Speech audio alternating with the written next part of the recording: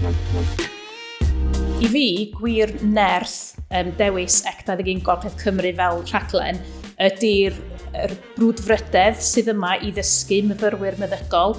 Mae pobl mor falch o weld y myfyrwyr ni'n hunan yn dysgu fan hyn ac i fod yn ddoctoriaid gwych ar gyfer Gogledd Cymru.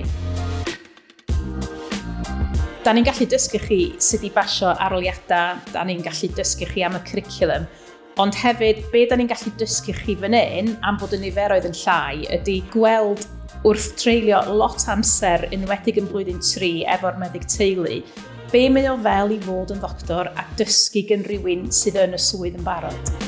Ar y rhaglen Ec-21 Gogledd Cymru, mae o'n wir bwysig i fi ag i gweddill y tîm bod ni'n gwrando ar lais y myfyriwr.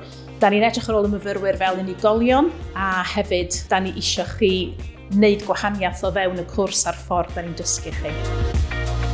Wel i fi, oedd y cyfle o fod yn arweinydd rhaglen, rhaglen arloesol yma yng Ngogledd Cymru.